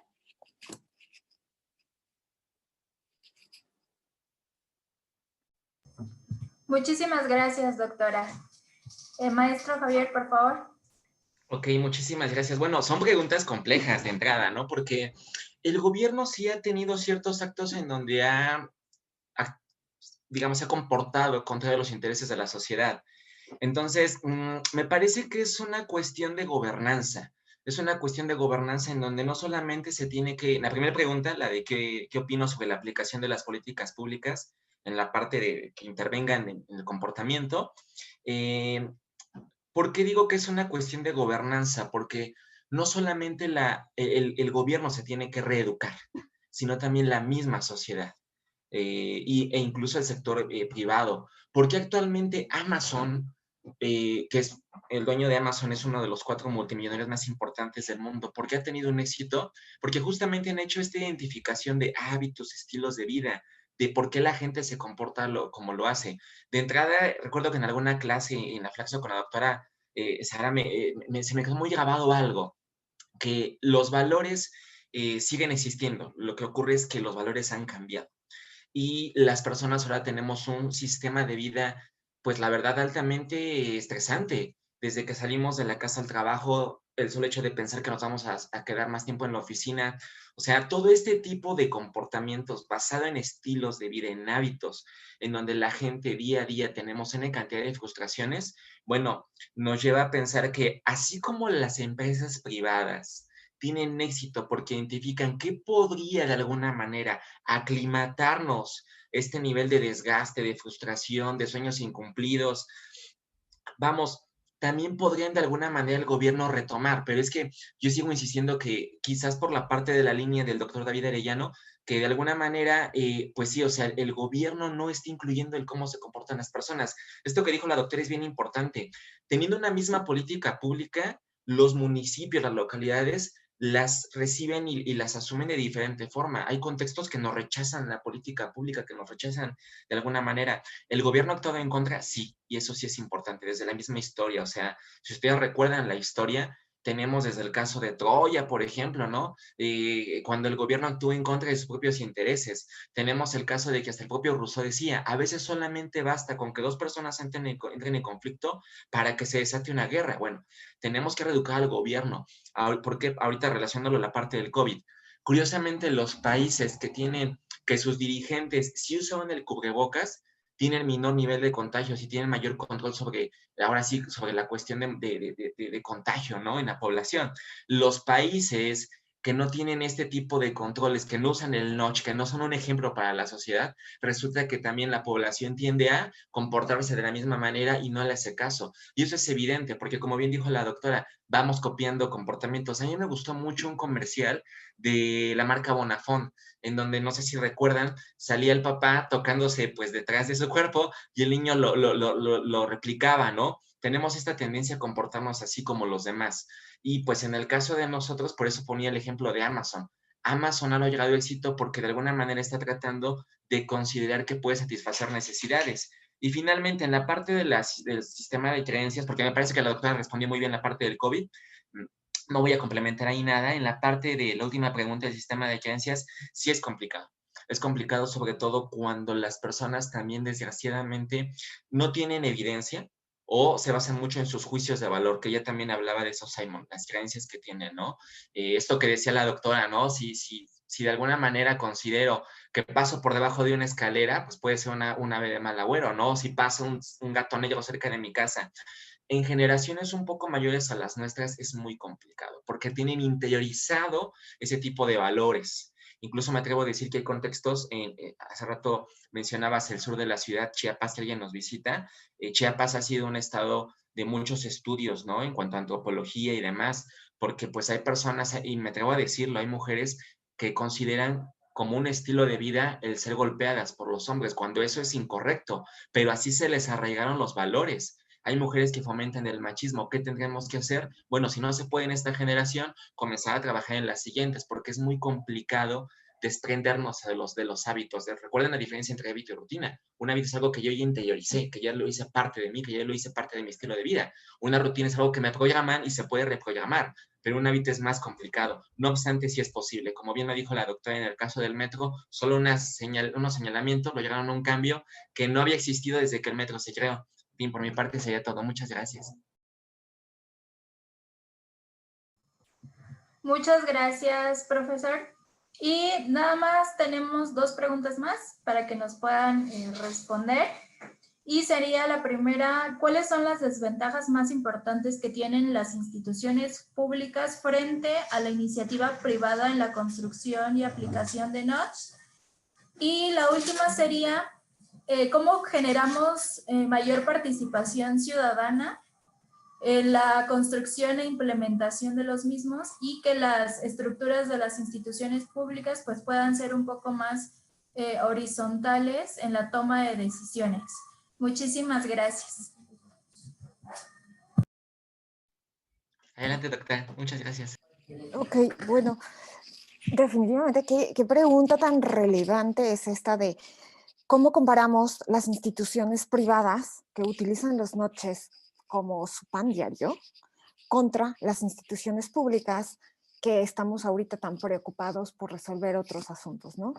Y la verdad, sí, la comparación es abismal, porque incluso, digo, no solamente Google y Amazon, cualquier empresa que se juzgue decente va a tratar de usar todos los noches a su favor. Y probablemente lo que tengamos que hacer es justo lo que están haciendo ahorita, Lisa, Héctor y cada uno de ustedes. Escuchar que existe esto, saber que es una arquitectura, es un asunto de estar consciente que absolutamente todo lo que tú presentas al público tiene una consecuencia. Y simplemente hay que tratar de que esa consecuencia sea la que va más acorde con el objeto, con el objetivo que tú quieres lograr. Y poco a poco tratar de que los tomadores de decisiones pues nos escuchen, nos hagan caso, sepan que es algo muy sencillo que pueden implementar en cualquiera de las políticas públicas que están haciendo, ya sea en educación, salud, vivienda, atención a COVID, no sé, todas las políticas públicas que inciden en el comportamiento humano pueden tener cierta arquitectura de la decisión que ayude o desayude, ¿no? Y, y definitivamente sería mejor si hay una participación ciudadana más horizontal hasta cierto punto. Ahorita, esto no viene al caso con el tema que estamos hablando, pero ahorita lo que estamos viviendo es un poquito cierto riesgo de que hay fuerzas que tratan de suprimir, ¿no? Un poquito la participación ciudadana a cambio de tener un control más fuerte sobre la toma de decisiones, no solamente en México, sino en muchos países, no solamente en Latinoamérica, sino en muchos países. Creo que no tengo que dar nombres, ni mucho menos, pero saben a lo que me refiero, ¿no? Precisamente, no estamos yendo al lado de la más horizontalidad, más democracia, más participación. Estamos yendo hacia el otro lado, ¿no? De menor participación, menor democracia, menor incidencia, mientras que hay como una estructura jerárquica que trata de imponer lo que ellos piensan. Vamos a suponer que están tratando de hacerlo mejor para la población. Incluso bajo ese supuesto, es importante hacerles notar que dos cabezas piensan mejor que una, ¿no? Y unos expertos de aquí, preguntándole a los expertos de allá, podemos tener una opinión más educada, más fundamentada y mejor para todos, ¿no? La diversidad, la participación, el airear las ideas resulta para el bien de la comunidad.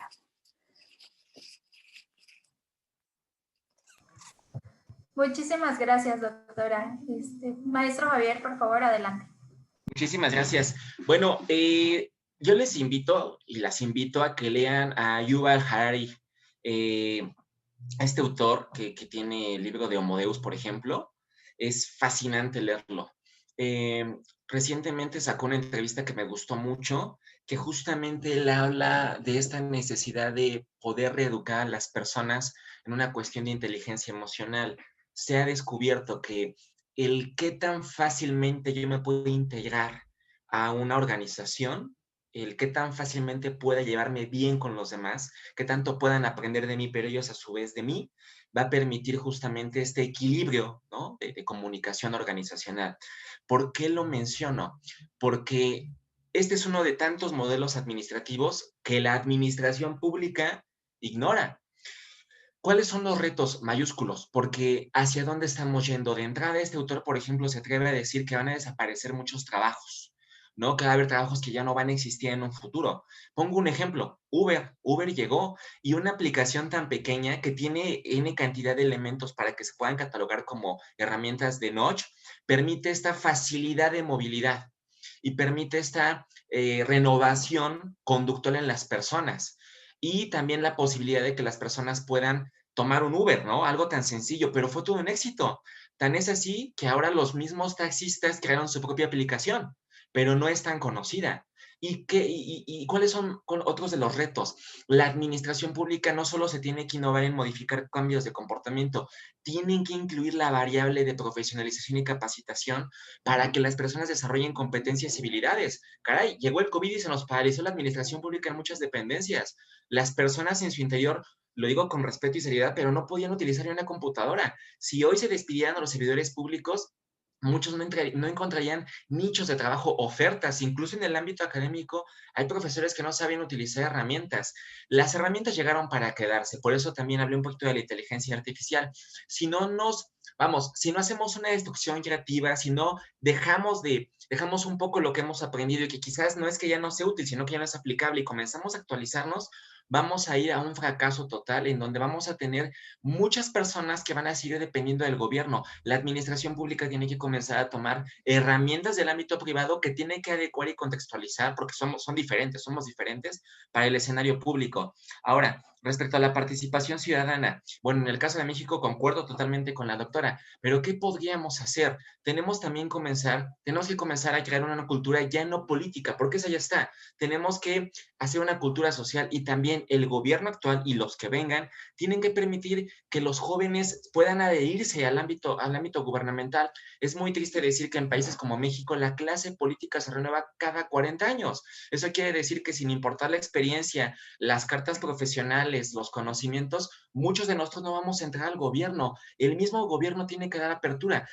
Algo que sí estoy comenzando a ver de este gobierno es que está transitando, parecería, a esto que tanto criticaron. Se están convirtiendo, no en todo, pero en algunos sentidos, en aquello que criticaban, es decir, en un presidencialismo que controla muchas de las acciones de la sociedad y de las estatales. Entonces, esto es terrible, ¿no? Entonces, tenemos que modificar pues estas estructuras estatales, el Estado nos tiene que permitir entrar y también la misma sociedad tiene que comenzar a entender que no todo lo puede esperar del Estado. Los mismos ciudadanos tienen que comenzar a abrirse en canales de participación, tenemos que reeducarnos. La doctora no me dejará mentir, en países distintos al nuestro, la gente se acostumbra mucho a participar, a organizar. Ahí es común que una persona esté inscrita a 8 o 10 organizaciones, no sé, caso francés, caso noruego, pero en el caso mexicano, si yo les preguntara en este momento, si pudiéramos hablar al público, ¿cuántos de ustedes forman parte de organizaciones? Yo me atrevo a decir que quizás menos del 10% forma parte de redes de políticas, ¿no? Públicas. Cuando una persona forma parte parte de una organización, entonces comienza a tener la atención seria y activa del gobierno, porque si voy yo solito a la Cámara de Diputados, senadores, no me van a hacer caso. Pero cuando formo parte de una organización, quizás sea más fácil incidir. Hay que transitar hacia eso, que las personas podamos ser parte de organizaciones, ¿no? Para poder tener voz y voto. Eso sería pues todo por mi parte. Muchas gracias. Muchísimas gracias, maestro Javier, y muchísimas gracias, doctora Sara, por acompañarnos el día de hoy, y a todos y a todas las que nos están escuchando. Agradezco principalmente a nuestro director, Héctor Ruiz, quien pues siempre está detrás de la realización de estos eventos junto con todos los integrantes de la red, quien también está, que estamos trabajando para generar pues no solo diálogos, sino también debates sobre pues la política y la administración pública. Y solamente para recordarles que el próximo 2 de noviembre comenzamos nuestro Congreso Internacional de Campañas Políticas. Pueden buscar toda la información en nuestras redes sociales, así como en nuestra página oficial de la Red Iberoamericana. Por mi parte sería todo, y doctora, maestro Javier, les haremos llegar sus constancias de participación vía correo electrónico. Y justo también lo que comentaba el maestro Javier sobre las organizaciones, y justo uno de los objetivos de nuestra red iberoamericana no es solo generar información y proyectos de investigación, sino que estos proyectos pues tengan una incidencia real para resolver los problemas de la sociedad. Y bueno, por nuestra parte sería todo. Nuevamente, muchísimas gracias, doctora, y muchísimas